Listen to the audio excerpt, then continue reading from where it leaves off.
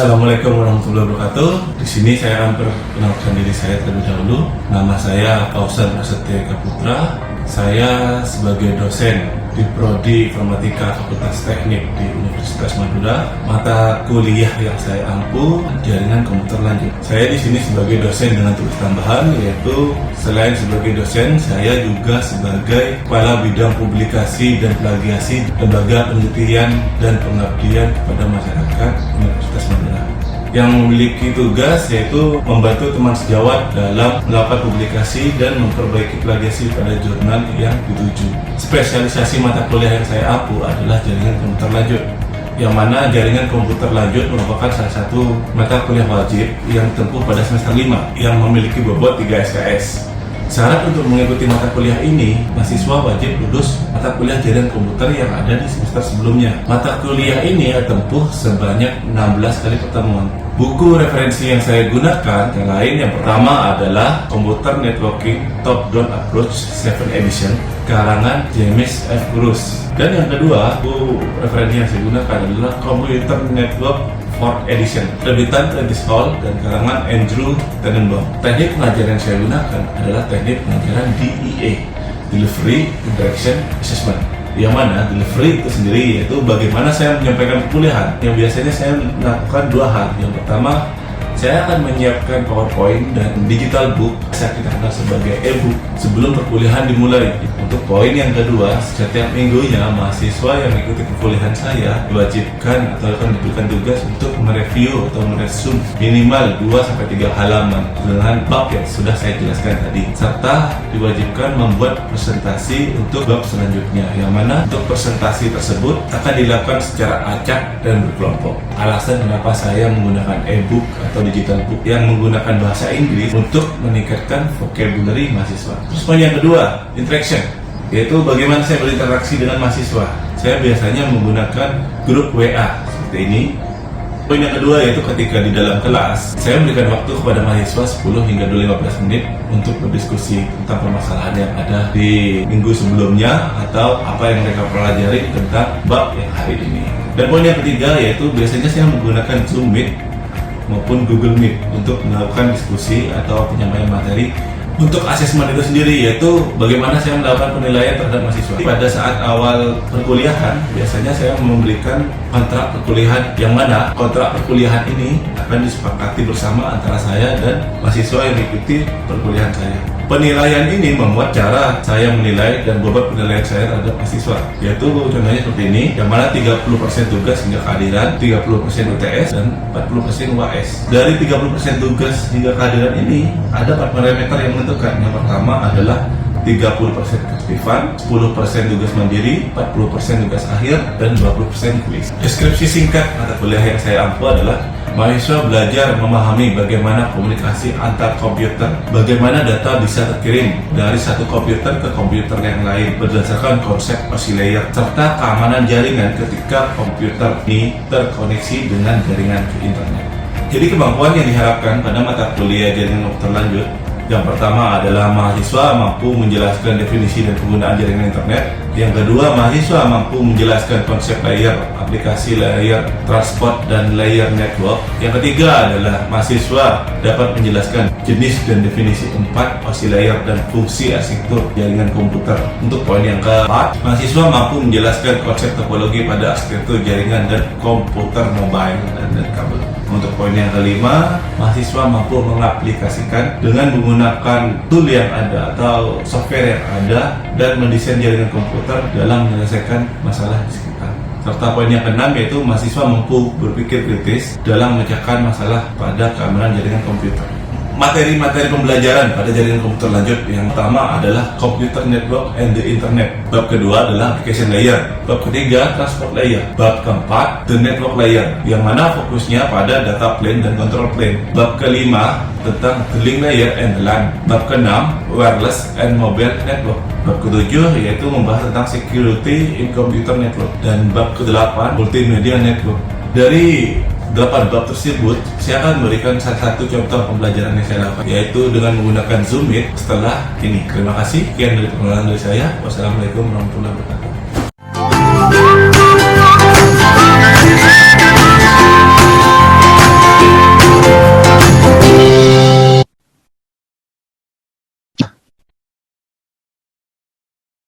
Assalamualaikum warahmatullahi wabarakatuh. Waalaikumsalam.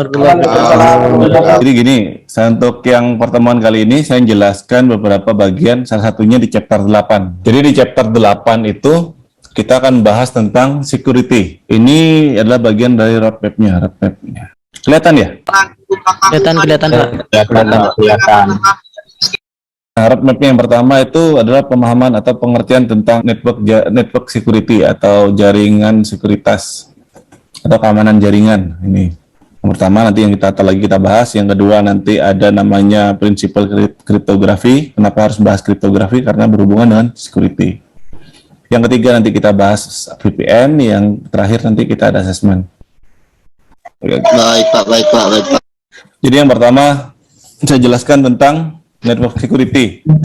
Tujuannya pemahaman tentang network security atau keamanan jaringan itu memahami nanti prinsipnya dari keamanan jaringan itu sendiri, yaitu dari segi kriptografinya, dari segi autentikasinya, sama dari message integrity. Integritas message ini pesan. Jadi pesannya ini asli atau tidak, itu maksudnya dari message integrity. Terus yang kedua itu di sini ada security in practice. Jadi kita bisa uji coba. Ini di bab 8 itu ada uji cobanya, nanti bisa kalian cek sendiri di buku. Jadi yang dibahas di bab 8 ini nanti OSI layer yang dipakai itu adalah layer application, layer transport, layer network, sama layer link layer. Nah, network security atau keamanan dalam jaringan ada 4 parameter yang harus dipahami. Yang pertama itu ada confidentiality, yang kedua ada authentication, yang ketiga ada message integrity, yang keempat ada access and availability. Confidentiality itu dia membahas tentang proses pengiriman paketnya sama klien ini yang terima, server yang ngirim. Jadi istilahnya sender dan receiver, bukan klien server lagi, sender dan receiver.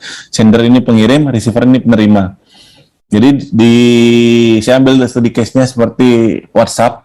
Jadi ketika kalian ngirim ke temannya, entah itu video ataupun foto, itu dia pasti akan dienkrip terlebih dahulu. Nah, data yang dienkrip itu hanya bisa dilihat oleh si penerima atau yang di sini dibahas sebagai receiver. Nah, sender itu datanya itu akan dienkrip dulu. Ketika ada orang mau ngambil data itu, istilahnya nanti saya jelaskan di bawahnya itu ada gambarannya seperti apa. Ada yang mau ngambil data itu, dia harus mendekrip. Kalau nggak bisa ngedekrip, dia nggak bisa baca data itu.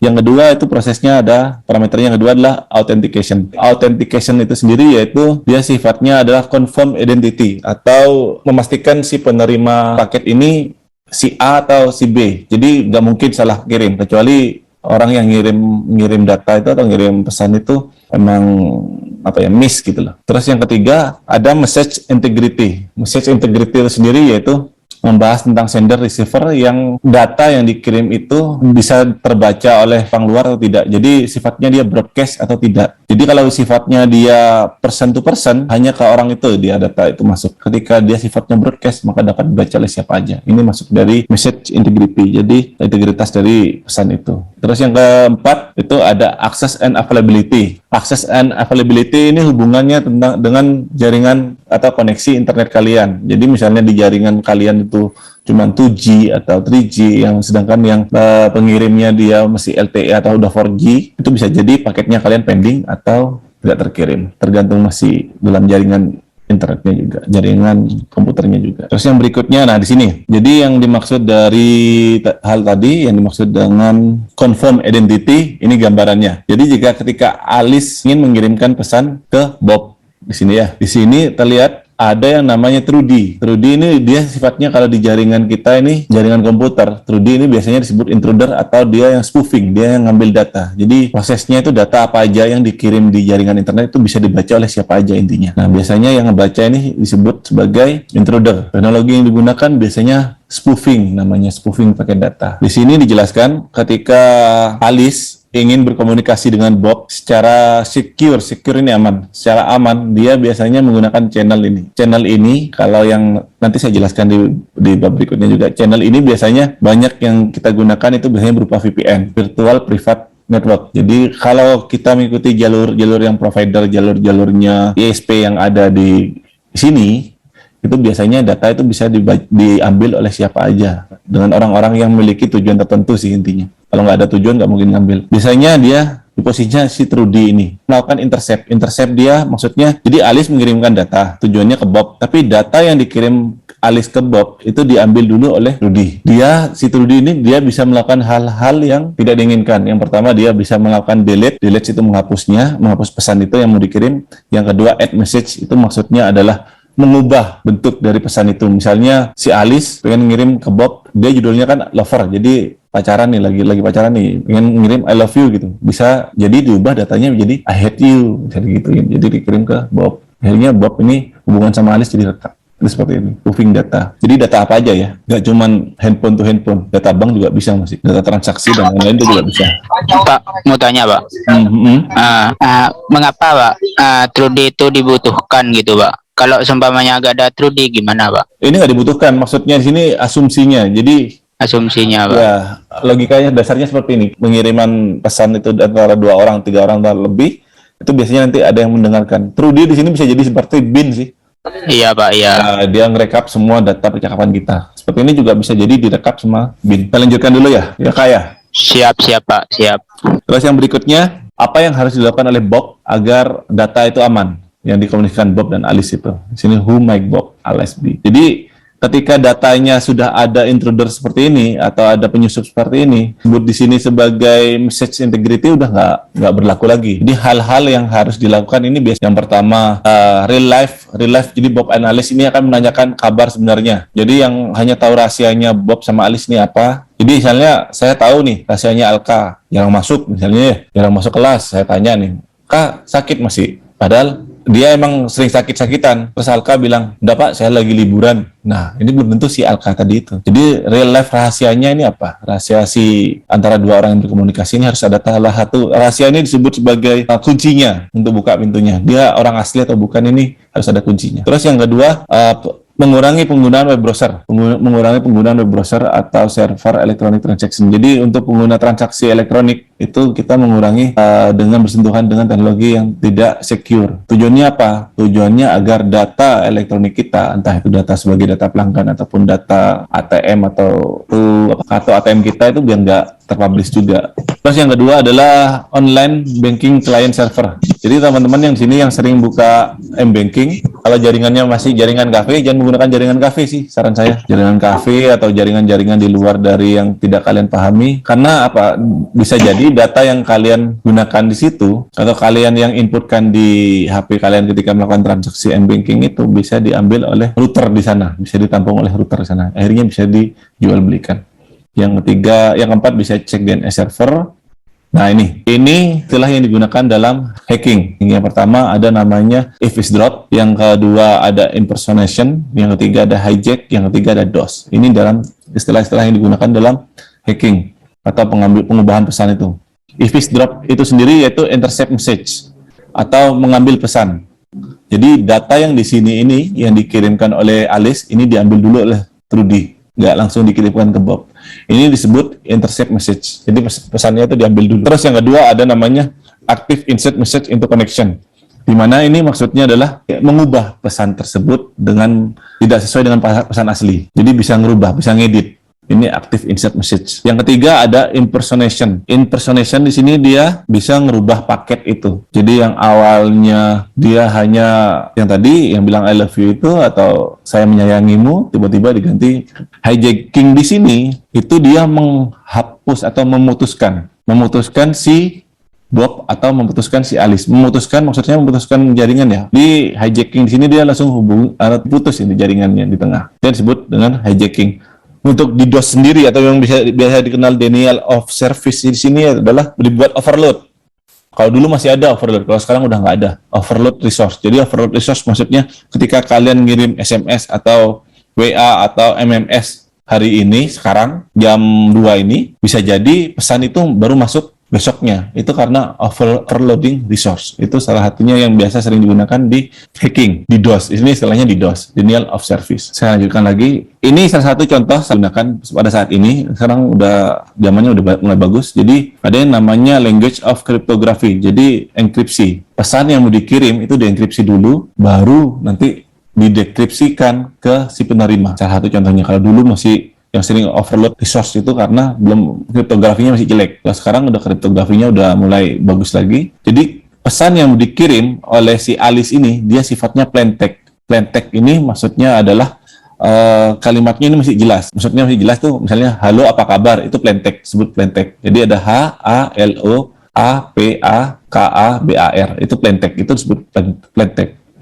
Nah, dikirim atau dienkrip datanya melalui ciphertext. Ciphertext ini biasanya melakukan metodenya dia melakukan penggeseran. Nanti saya jelaskan ciphertext itu seperti apa. Nah, yang bisa membaca itu hanya yang punya key-nya, yang bisa ngedekripsi ciphertext ini. Karena tiap ciphertext beda-beda rumusnya. Ini rumus dasarnya ciphertext. Ada yang penggeseran, ada yang penggantian, tergantung keinginan nanti. Nanti saya jelaskan di sini. Ciphertext itu saya jelaskan di sini. Nah, di sini.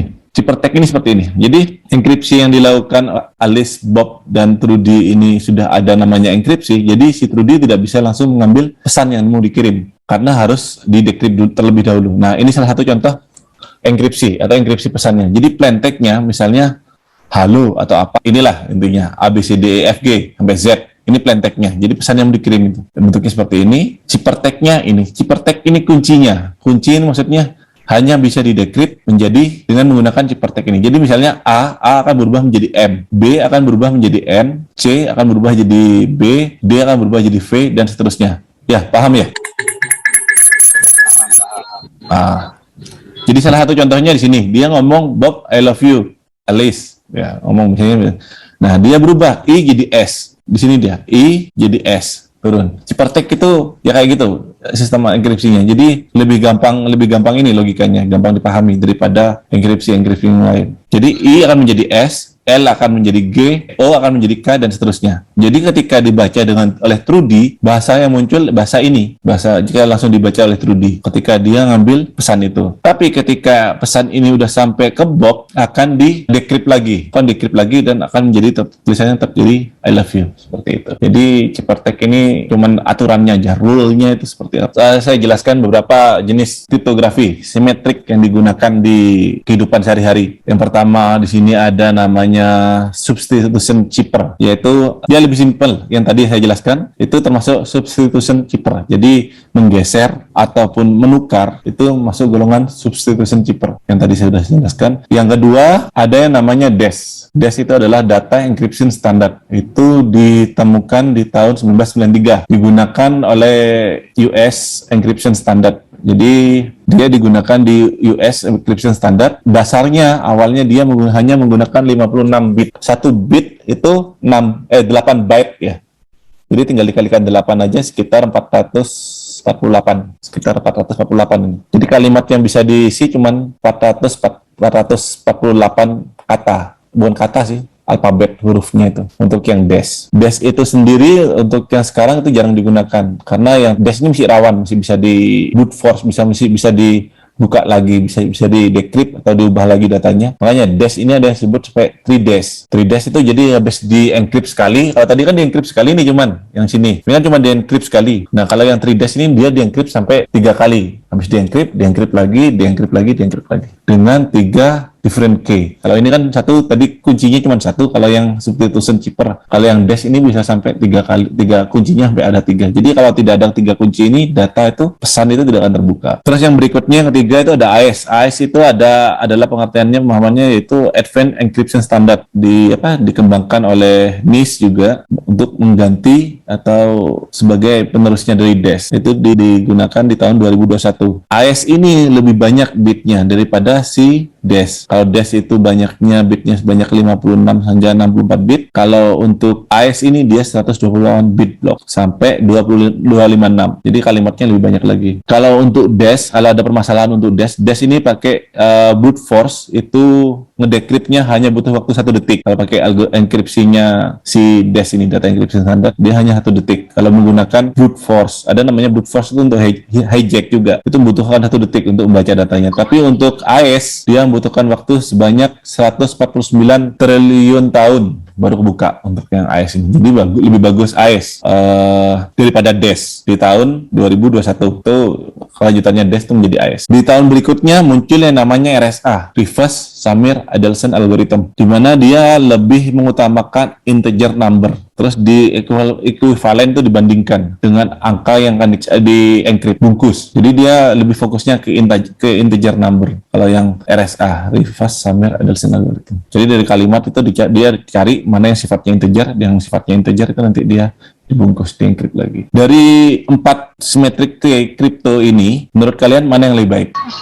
AES Pak, AES. AS Pak. Tapi untuk saat ini, di tahun ini, banyak digunakan, lebih banyak itu yang menggunakan RSA. Dia menggunakan RSA untuk enkripsinya. Karena kalau yang AES ini, dia sifatnya, dia masih punya limit sampai 256 bit case. Jadi ada limitnya. Tapi kalau untuk yang RSA ini nggak ada limitnya, sampai 512 sampai 128 kalau nggak salah. Tapi lebih tinggi lagi ada. Kemarin pernah baca ada sampai 2048 juga ada. Jadi RSA ini lebih banyak. Jadi tujuannya kan semakin besar penyimpanan, semakin bagus enkripsinya. Tujuannya kan seperti itu. Kalau menggunakan AES, penyimpanannya kecil, enkripsinya kan seperti ini juga. Beda lagi dengan RSA. Media penyimpanannya besar, kan tapi security-nya itu lebih bagus. Jadi untuk saat ini RSA ini masih lebih bagus. Nah, berikutnya saya akan menjelaskan bagaimana sih itu apa saja sih untuk menanggulangi atau menangani permasalahan yang ada seperti yang dilakukan oleh Trudy tadi, intercept message, perubahan pesan dan lain-lain. Biasanya yang banyak kita gunakan yaitu VPN. Sini saya akan menjelaskan VPN itu sendiri. Jadi di sini saya deskripsikan VPN itu dari 5W. Jadi 1H. What, why, who, where, when. Yang pertama yaitu VPN. Pemahaman VPN itu merupakan jaringan teknologi yang aman dan terpercaya, secure and reliable bahasanya, dan dapat menghubungkan jaringan privat antara person, corporate, institution dengan menggunakan komunikasi publik internet. Jadi komunikasi publik yang sekarang itu kita nggak butuh lagi kabel telepon kan? Kita udah asalkan ada jaringan internet, kita udah bisa telepon-teleponan, video call dan lain-lain. Kenapa kita wajib menggunakan VPN? Ini masih bagus. VPN sampai sekarang itu masih digunakan. Jadi kenapa kita menggunakan VPN? VPN digunakan karena memiliki kemampuan dalam menjamin keamanan data. Salah satu contohnya biasanya VPN IPsec. Jadi jenisnya VPN itu ada yang free, ada yang pro. Kalau yang free itu yang bahaya biasanya, karena datanya bisa kesebar. Who ini siapa aja sih yang menggunakan VPN? Biasanya penggunaan VPN itu dilakukan oleh kantor-kantor besar, bank, sebuah organisasi atau organisasi-organisasi besar, institusi yang saat ini dengan mudah dapat digunakan oleh masyarakat umum. Jadi sekarang juga orang-orang di warung kopi atau dimanapun udah bisa menggunakan VPN, tapi jenisnya banyakkan dari mereka itu menggunakan yang free. Padahal ketika menggunakan VPN yang free, data di HP kalian tuh bisa diambil, baik dari yang dikunci atau di secure. Misalnya kalian nyimpen data itu ada di folder yang di secure gitu, itu masih bisa ambil kalau masih pakai VPN yang free. Karena kebanyakan ada virusnya yang diselipin di VPN itu. Where is VPN? Maksudnya ini di mana kita akan menggunakan VPN? Selama kita masih terhubung dengan jaringan internet, baik menggunakan telepon genggam, gawai ataupun komputer, itu harapannya harus menggunakan VPN. Jadi sifatnya data kita ketika mengakses menggunakan VPN ke jaringan internet, sifatnya kita jadi anonymous. Anonymous itu sulit diketahui siapa sih yang pakai ini. Kapan? When use VPN. Kapan kita akan menggunakan VPN? Kita dapat menggunakan VPN atau memanfaatkan VPN ketika ada jaringan internet. Tidak ada jaringan internet, itu nggak usah pakai VPN, nggak apa-apa. Hanya ketika kita terkoneksi dengan jaringan internet. Biasanya orang-orang yang melakukan VPN ini dia melakukan transaksi m-banking atau apa, itu menggunakan VPN ataupun mencari literasi. Jadi untuk mencari literasi biar nggak ketahuan, si Alka tadi nyari literasi A, B, C biar nggak ketahuan, itu pakai VPN aja. Karena VPN juga ngebuka yang diblok, semua hal yang dibuka di blok itu bisa diakses semua oleh VPN. Jadi di sini how-nya penggunaan VPN itu ada dua jenis emang. Ada yang gratis dan berbayar, tergantung dari jumlah IP negara yang ingin digunakan. Jadi misalnya kita menggunakan VPN dari Indonesia dengan menggunakan IP-nya Singapura itu bisa. Jadi kita seolah-olah berada di Singapura untuk menjelajahi dunia internet, dunia maya itu. Dapat menggunakan browser tuh web dan gawai atau handphone. Pak, mau nanya, kalau buat VPN sendiri bisa nggak Pak? Bisa. Kalau buat VPN sendiri itu bisa. Karena VPN dasarnya bisa dikembangkan semua.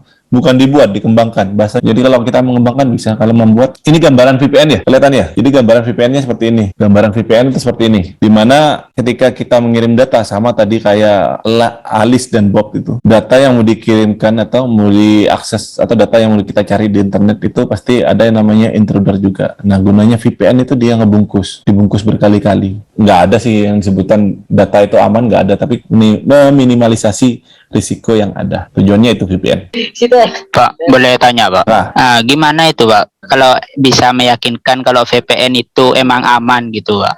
meyakinkan dari segi akademik. Dari ya maksudnya menurut segi akademik gitu Pak. Kalau dari segi akademik gampang kalau saya pakai Wersak aja. Jadi komunikasi komputer satu dengan komputer yang lain, Wersak kan bisa ngedata itu, bisa ngambil ya, bisa ngambil datanya. Iya Pak, Nah, bisa. tinggal dibandingkan ketika klien sama gawai atau si klien ini menggunakan menggunakan VPN dan tidak menggunakan VPN. Datanya yang gampang itu sama atau tidak? Oh, berarti samar gitu Pak di Wersaknya itu Pak Bukan samar, munculnya. maksudnya bukan samar. Data itu muncul, tapi tinggal dibandingkan. Beda Bisa gitu, Pak. Ya, beda, pasti beda. Kalau data yang Oh, menggunakan iya VPN. Pak, ya Pak, paham Pak. Kalau saya dari segi akademiknya seperti itu. Kalau dari Terima kasih, soal Pak. ya. Di sini cara kerja VPN saya jelaskan sebentar. Cara kerja VPN di sini ada data. Jadi yang kita kirim itu berupa data, baik berupa gambar, video, ataupun suara, ataupun teks, itu kita sebut sebagai data. Data di sini akan dirubah ke dalam bentuk biner, yang saya sering jelaskan di kelas. Nah, VPN ini akan melakukan enkripsi dan autorisasi pada data yang akan dikirim, dan membuat sambungan ke tujuannya. Ini mau ditujukan ke siapa data ini? Ini tugasnya VPN. Nah, pada jaringan internet yang datanya sudah dibungkus itu, data itu kan langsung dikirim oleh jaringan internet ke klien yang berada di tujuan yang diinginkan. Jadi tujuannya kemana? Misalnya ke si A atau si B, si C, ini langsung sama jaringan langsung internet, langsung data yang sudah dienkrip itu akan dikirimkan. Host akan dicek. Host ini yang si penerima, si receiver. Kalau yang tadi bahasanya receiver. Host itu akan menjadi tujuan yang melakukan decrypt. Jadi data itu akan di-decrypt lagi. Jadi ada encrypt, pasti ada decrypt. Itu ya. Jadi itu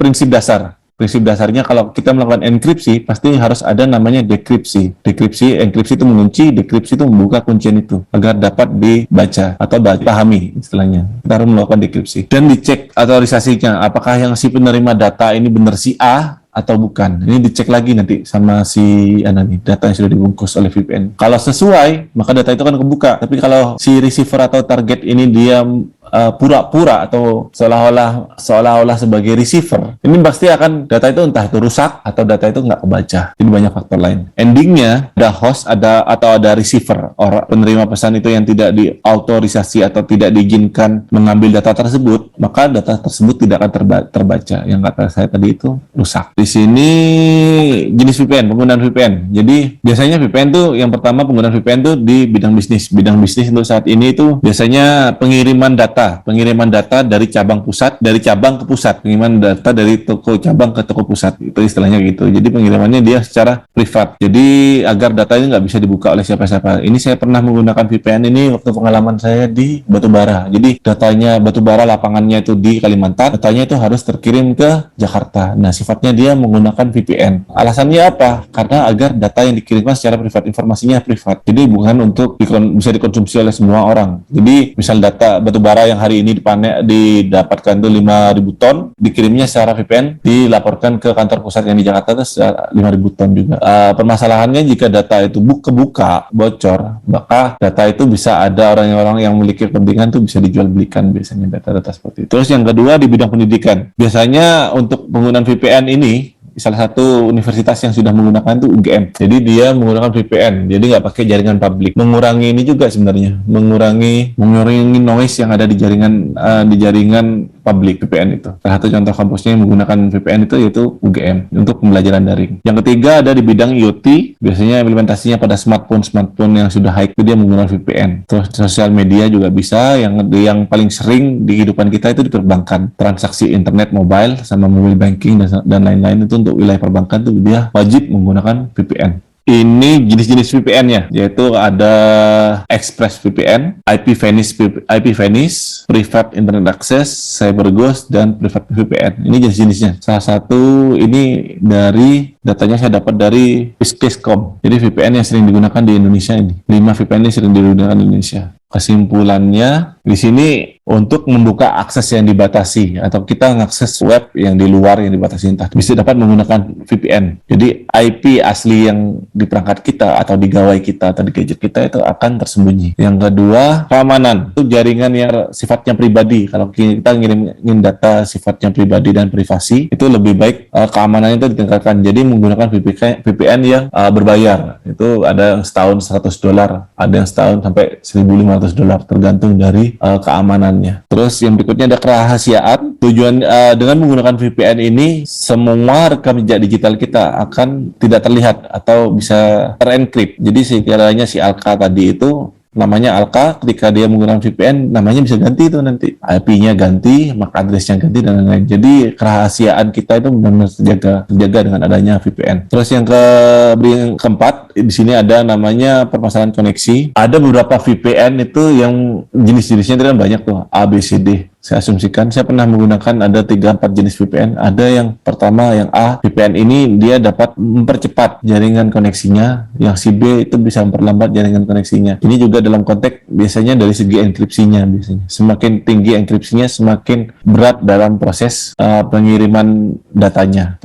Upload dan download datanya semakin berat. Nah, yang berikutnya adalah pembatasan data. Di ISP atau penyedia jaringan internet atau provider yang biasa kita kenal itu tidak semua akses diberikan. Seperti punyanya Telkom itu ada namanya apa, Telkom Sehat atau apa itu. Nah di situ itu dibatasin. Jadi nggak semuanya kita mau nonton film, entah itu film Korea atau film Barat, film-film yang sifatnya bisa diupload online itu biasanya diblok kalau punya SPD. Nah dengan menggunakan VPN itu akan terbuka langsung. Jadi nggak ada batasan kalau VPN itu. Itu dari saya untuk penyampaian di chapter 8. Yang berikutnya ini tugasnya kalian. Tugasnya kalian yaitu di chapter 8 nomor 7 dan nomor 8 di buku itu ada, itu tugas individu, dan mereview, resume untuk chapter 8 itu dari tugas kelompok. Biasanya nanti kalian cari dari jurnal-jurnal dengan menggunakan teknologi POP yang kemarin kita pelajari itu, publish or perish yang kita pelajari itu. Itu lebih memudahkan nanti untuk cari referensi jurnal maupun conference. Keterbaruannya juga bisa diatur di situ. Ya, sekian dan terima kasih. Assalamualaikum warahmatullahi wabarakatuh. Waalaikumsalam. Assalamualaikum warahmatullahi wabarakatuh. Waalaikumsalam warahmatullahi wabarakatuh.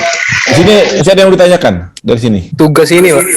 Oh, tinggal dibuka aja di bukunya. Itu ada. Ini tugasnya ini nomor 7, nomor 8. Coba aja buka bukunya yang e-book itu kan ada referensi e-booknya itu yang kemarin situ ada. Oh, yang bagian yang korupsi itu, Pak. Ya. Siapa? Dikumpulkan nanti ya jam 12 malam. Terima kasih. Assalamualaikum warahmatullahi wabarakatuh.